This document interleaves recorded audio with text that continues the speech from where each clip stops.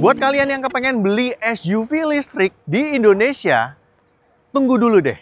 Kalian harus lihat mobil ini. Ini adalah sebuah SUV listrik terbaru dari MG yang soon juga bakal masuk ke Indonesia. Ini adalah MG S5 EV. Seperti apa mobil ini? Yuk kita langsung bahas mobil. Hai guys, welcome back to Autonet Max dengan saya Satria Katana dan kita masih ada di Shanghai. Karena kita kemarin join di Auto Shanghai 2025 bersama dengan teman-teman dari MG Indonesia. Dan di sebelah saya sudah ada produk terbaru yang kalau di ASEAN ini lagi banyak banget dibahas. Ini adalah MG S5 EV. Kalau di China dia namanya MG ES5. Tapi kalau pakai nama ES mungkin akan konflik sama bisa Lexus, bisa Ion gitu ya. Jadi ini pakai nama S5 di ASEAN. Nah, kalau kalian perhatikan mobil ini sebenarnya ya seperti kalian lihat ini adalah sebuah EV ya, sebuah mobil listrik. Tapi kenapa kok MG bikin mobil listrik lagi? Bukannya mereka sudah punya ZS EV atau ZS elektrik? Yes, emang bener. Tapi mobil ini posisinya nanti akan menggantikan ZS elektrik atau ZS EV ya. Mobil ini panjangnya sekitar 4,4 meteran. Jadi kalau mau compare ya setara dengan Omoda, EX5 dan Atto 3 dan sebagainya lah ya. Oke, gak usah lama-lama. Kita akan bahas mobil ini mulai dari bagian depannya dulu, seperti apa desainnya. Ya, di bagian depan ini kalau kalian perhatikan, dia menggunakan lampu model yang dua klaster gitu ya, bagian atas dan juga bagian bawah. Lampu utamanya di mana? Ada di bagian bawah proyektor seperti ini. Nah, yang bagian atas dia ini sebuah LED DRL. Dan lucunya adalah bentuk LED DRL-nya itu seperti checker flag ya. Jadi yang atas di sini nyala, yang sebelah tengahnya itu bawah, yang sini atas lagi. Jadi ala-ala seperti checker flag. Dan wajah depannya ini benar-benar sebuah pendekatan yang baru dari MG. Jadi kalau MG HS, MG ZS itu kan wajah depannya mirip dengan MG1 ya, yang stylenya so UK gitu ya buat beberapa orang. Yang di sini tarikan garisnya itu lebih tajam, tapi tengahnya tuh bikin minimalis saja. Ini justru lebih mirip sama MG4 dan by the way, dia menggunakan nebula platform yang sama dengan MG4. Plus sama seperti MG4, dia juga penggerak roda belakang. Yes, para pemuja RWD, ini mungkin SUV listrik yang layak kalian pertimbangkan. Nah, di sini bukan cuma masalah RWD dan juga platformnya aja. Yang menarik, dia juga punya active intake. Jadi, untuk grillnya ini dia bisa open dan close sesuai dengan kebutuhan. Jadi, kalau emang dia butuh dibuka ya dibuka. Kalau enggak ya ditutup ya. Dan di bagian sini juga dia itu ada lubang yang beneran lubang. Biasanya mobil-mobil yang lain gitu ya, ini lubang pura-pura gini. Di sini lubang beneran ya. Tangan saya bisa masuk dan bisa keluar di sini. Ini emang bener-bener lubang ya. Logo MG-nya di tengah, ada kamera di sini, di atasnya juga ada kamera yang artinya dia punya ADAS juga. Ini desain yang menarik sih ya. Kita lihat ke bagian sampingnya.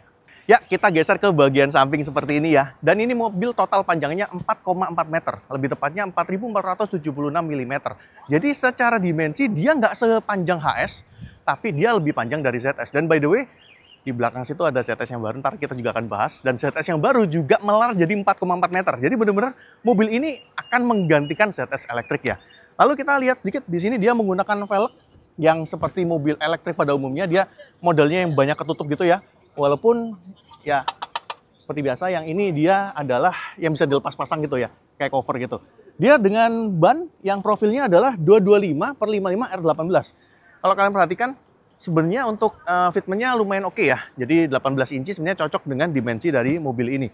Handle-nya masih model biasa aja dan dia untuk spionnya warnanya hitam di sini dengan kamera 360 derajatnya di bagian seperti ini. Nah, tarikannya garisnya ya, dia tegas ya, dari depan ke belakang seperti ini, tapi di bagian pinggulnya dia ditarik lagi ke atas. Ini kalau desainernya ceritanya bagian ini tuh seperti sebuah leopard yang lagi lompat gitu lah. Bukan harimau ya. Dan di bagian atas masih ada chrome, ada roof railnya seperti ini. Dan di bagian bawah di sini ada side body moldingnya, warna hitam ditambah warna silver seperti ini. Dan yang paling penting mungkin untuk sebuah SUV adalah ground clearance. Kita kalau cek ya, ground clearance dari mobil ini di Thailand, kalau kita lihat speknya, itu sekitar 136 sampai 139 mm. Agak pendek sih ya, jujur aja ya. Dan emang kalau kita lihat memang dia nggak terlalu tinggi. Kalau di Singapura, kalau nggak salah dia speknya 145 mm. Ntar kita lihat ya, yang ada di Indonesia bakal setinggi apa ground clearance-nya.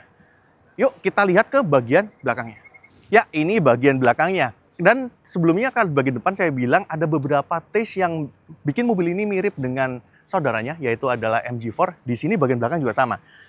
Bagian samping dari lampunya ini tarikannya mirip dengan MG4. Ya, walaupun mungkin ada beberapa yang protes kok mirip Lexus atau gimana. Ya, namanya desain bisa aja mirip ya. Dan kesan si checker flag-nya berlanjut di sini ya. Dia ada tarikan garis merah di sini di dalam lampunya. Ini yang bentuknya seperti checker flag. Lampunya nyambung dari kiri ke kanan seperti ini ya. Cuma kepotong di bagian tengah yang ada logo MG-nya. Dan ini di bagian bawah dari kacanya seperti ditarik. Seperti sebuah daktil. Dan ZS juga punya desain yang mirip ya seperti ini. Bagian bawah di sini ada tentunya sensor parkirnya 4 titik. 1, 2, 3, 4. Bumpernya dia kasih warna hitam seperti ini ya, polos saja, tarikan-tarikan biasa aja. Dan kita mau lihat untuk bagasinya ya. Udah power tailgate ya, bagus. Dan bagasinya lumayan gede sini ya. Dia punya separator gini yang bisa kita lepas. Dan kalau mau bikin lebih dalam tinggal diturunin aja seperti ini ya. Ada lampu warnanya putih di sini, ada 2 cargo net kecil aja di sini. Dan di atasnya masih ada untuk penutupnya seperti ini ya. Ya, bagian belakangnya nggak ada yang gimana-gimana banget. Kita langsung lihat interiornya seperti apa ya. Oke, kita masuk ke interior dari si MG S5 EV ini ya. Dan mohon maaf mungkin kalau masih ada beberapa kabel-kabel yang kurang rapi di sini karena ini mobil juga lagi dipakai buat ngetes ya. Jadi, it's okay. Pertama, setir. Setirnya ini beberapa detail kayak tombol-tombolnya kayak MG4 EV, tapi kayaknya ini agak beda ya bagian bawahnya dan dia flat bottom juga tentunya. Bahkan nggak flat bottom doang, yang atasnya juga flat ya. Dia ada kamera di bagian tengah di belakangnya setir ini untuk driver monitoring system. Dan di belakang sini ada panel instrumennya berwarna dengan ukuran sekitar 10-an inci. Sistem infotainmentnya dia 12,8 inci dan layarnya 2K. Jadi mirip sama Tiggo 9 waktu itu kayak yang saya coba juga ya di Cina juga. Dan dia punya kamera 360 tentunya. Di sini AC-nya pakai kontrolnya masih tombol fisik bagus. Ini kita suka banget untuk yang bisa praktis seperti ini. Jadi memudahkan ya. Nggak perlu layar-layar semua. Di sini untuk audionya. Jadi yang sebelah kiri AC, sebelah kanan audio. Di sini ada tombol hazard untuk bagian tengahnya ada front defogger dan juga rear defogger. Di sini lucunya untuk AC-nya ini buat ngatur ini ya, arah semburannya ya. Maksudnya buat belokin kisi-kisinya nih. Bentuknya unik juga nih ya. Bahan bagus ya, dia build quality-nya bagus. Dan ini visibility-nya cukup bagus ya. Jadi layar ini, karena dia nggak terlalu gede, nggak kayak rival-rivalnya yang 15 inci atau 14 inci. Kedepannya itu nggak ganggu pandangan kita ya. Di bagian tengah dia masih pakai dial untuk transmisinya ya, yang model rotary gitu. Di sini ada wireless charger, tapi sayangnya nggak ada ventilasinya ya dia. 2 cup holder bisa taruh-taruh barang di sini. Bagian bawahnya juga dia ada tempat penyimpanan. Di sini ada console box yang gede dan ada Type-C 2 biji di bawah. Ada power outlet juga. Sebelah kanan tetap dia untuk wiper, sebelah kiri untuk lampu karena balik lagi mobil setir kiri ya. Kalau di Indonesia harusnya nanti dibalik ya. Dan ini 2 hal yang kalau mobil China dan listrik sekarang, ini 2 hal yang jarang kita temui ya. Ya untuk ngomong ergonomi yang begini seharusnya yang jangan diganti-ganti lah ya. Ya, dia di sini juga masih ada laci, kisi AC-nya yang sebelah kanan juga mekanisme geser-geser kisinya juga sama uniknya. Dia kacanya spion tengah sudah, dia masih day night view biasa. Ada panoramic sunroof gede banget ya. Dan controllernya di bagian sini semua. Ada SOS karena dia tentunya ada teknologi iSmart. IOV-nya ala MG ya. Lock unlock-nya di sebelah kiri seperti ini. Ada kantong juga di pintunya seperti itu. So far, sebenarnya oke juga ya mobil ini. Menunjukkan bahwa ini adalah peningkatan dari ZS Electric gitu ya. ZS Electric yang sebelumnya yang kita tahu di sini berubah total dengan body size yang lebih gede dan juga sekarang RWD ya, bukan FWD seperti ZS sebelumnya. Menarik sih S5 ini ya. Kita lihat juga ke bangku baris belakangnya seperti apa. Tapi by the way untuk ngomong safety dia airbagnya ada 7. Yuk lihat belakang. Oke, kita duduk di bangku baris kedua dari MG S5 EV ini. Kalau kalian perhatikan, dia sudutnya agak naik ya, tapi tertopang lumayan sempurna. Sisa dikit aja nggak ketopang. Dan ini oke. Jarak ke depan juga masih oke ya sisanya. Ada kantong juga kanan dan juga kirinya seperti ini. Ada handle, ada lampu juga. Dan di tengah kita juga masih tetap dikasih armrest yang proper ya, jadi nggak letoy. Ada 2 cup holder juga. Dan ini warna putih ya, mungkin beberapa orang nggak suka warna putih kayak gini, tapi unik juga ya. Memang lebih ke beige ya, putih-putih beige gitu. Tentunya ada ISOFIX juga untuk bangku baris keduanya, dan di bagian tengah ada kisi AC plus 1 lubang untuk Type C. Dan sisa kepalanya segini nih, gini ya, sisa kakinya segini. Gimana menurut kalian? Oke, jadi kita akan nyobain dikit aja mobil ini karena kita di proving ground, jadi ada test tracknya. Tapi tentunya tidak akan bisa menggambarkan banget seperti apa ya. Yang jelas dia punya steer, tilt, dan teleskopik, dan ini kursinya bisa duduknya sampai rendah banget. Ya walaupun kap mesin masih tetap kelihatan sih ya. Tapi di sini bisa duduk yang ini kayak ala-ala sedan gitu ya. Bisa sporty gitu duduknya. Wah, ini kenapa jadi kayak Honda sama Mazda ya? Tapi ya memang MG itu punya DNA sporty ya sejak kemunculannya di 100 tahun yang lalu.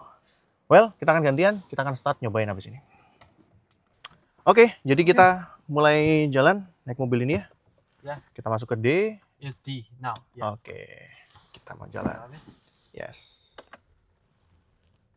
Oke. MG punya soundproofing yang bagus ya. Jadi suara yang berisik tadi langsung, dan dia ngebaca ya. Dia ngebaca rambunya. Dan orang dua di belakang tidak menggunakan seatbelt. Ya. Jadi suaranya akan dia kasih chime terus kayak gini sampai yang di belakang semua harus pakai seatbelt. Dia menggunakan sensor bobot. Dan kita akan putar balik. U-turn. Nah, belok. Dan kita akan lewatin jalan yang nggak rata nih. Oke. Dia kanan kiri gitu ya. Dan di sini kita bisa ngerasain bahwa travelnya sebenarnya agak pendek ya dia. Dia agak kaku, stiff. Mirip sama MG4 EV ini. Yes, betul. Tapi walaupun begitu dia ngeredamnya cukup bagus ya. Dan visibility-nya juga bagus nih. Ke depan bagus, ke belakang juga bagus. Kita ngelewatin juga jalanan yang jelek. Ya, camnya sennya seperti itu. Di sini jalanan nggak rata ya, kayak di Indonesia. Paving block ini. Kita jalan, bisa sampai 40, kita jalan. Ya, walaupun dia stiff, dia agak kaku, tapi dia ngeredamnya cukup main nih. Wah, ini menjanjikan sekali sih ya.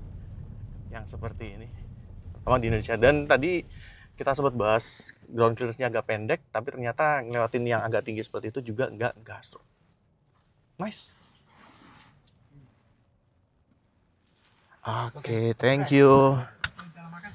Terima kasih. Ya, kita buka si cupnya ya. Dan di bawah sini sebenarnya saya penasaran karena dia kan RWD ya, jadi motor di belakang. Di bawah ini apaan? Tapi ternyata lumayan padat juga ya, ada inverter dan sebagainya lah di bagian bawah ini. Tapi sayangnya nggak ada frunk ya, nggak ada front trunknya. Tapi at least di cover seperti ini ya. Nah, motor listriknya sendiri dia menggunakan motor PMSM di bagian belakang RWD ya, dengan tenaga maksimal 125 kW dan torsinya 250 Nm. Baterainya menggunakan baterai dari CATL, kapasitasnya 62 kWh, 62 kWh. Dan dia bisa ngecas dari 20 ke 80 itu cuma sekitar 26 menit ya, 10-80 sorry. Itu sekitar 26 menitan aja. Lumayan lah. Ya. Oke, jadi setelah kita lihat langsung ya mobilnya, kita sampai di kesimpulan. Seperti apa mobil ini. Secara desain, dia menawarkan sebuah desain baru yang lebih fresh ya dibandingkan dengan ZS, HS, dengan tampilan baru ala-ala energetic design, simplicity-nya punyanya MG ya. Dan dia juga menawarkan format yang berbeda dengan Nebula platform, dia pakai RWD, baterainya 62 kWh, torsinya 250. Itu lumayan juga, interiornya juga surprisingly berubah total dibandingkan dengan generasi SUV-SUV lain dari MG yang sebelumnya. Dan satu hal lagi, dia juga menggunakan suspensi independen. Depannya MacPherson strut, belakangnya 5-link kalau nggak salah. Dan dia sudah dijual di Thailand. Harganya di Thailand berapa? Segini. Dan di Malaysia kalau nggak salah sekitar indikatif price-nya 430-an juta atau 416 juta atau berapa, 400 jutaan lah ya. Nah, kalau MG bisa menawarkan sepaket itu dengan mungkin kelengkapan fitur seperti ADAS ya, ADAS-nya ada 15 atau 16, kita juga cantumkan di bawah. Lalu tampilan yang baru seperti ini, body size-nya sudah makin membesar dan harganya menarik. Plus diferensiasinya dia menggunakan RWD, mungkin mobil ini bisa jadi ancaman buat SUV-SUV listrik lain yang ada di Indonesia saat ini. Ya, kita tunggu aja kejutan dari MG seperti apa. Yang jelas, kalian bisa komentar di kolom komentar di bawah seperti apa pendapat kalian terhadap mobil ini. Itu aja sih dari AutoNMS kali ini. Thank you buat teman-teman yang nonton sampai akhir. Kalau kalian suka boleh like, share teman-teman kalian, komen juga di bawah, subscribe buat yang belum, dan juga mampir ke Instagram, TikTok, dan juga websitenya AutoNMS. Itu aja, sampai ketemu di kesempatan yang lain. Kita mau nyobain yang itu kali ya, si MG ZS baru yang dia ada hybrid. Itu aja deh, bye-bye.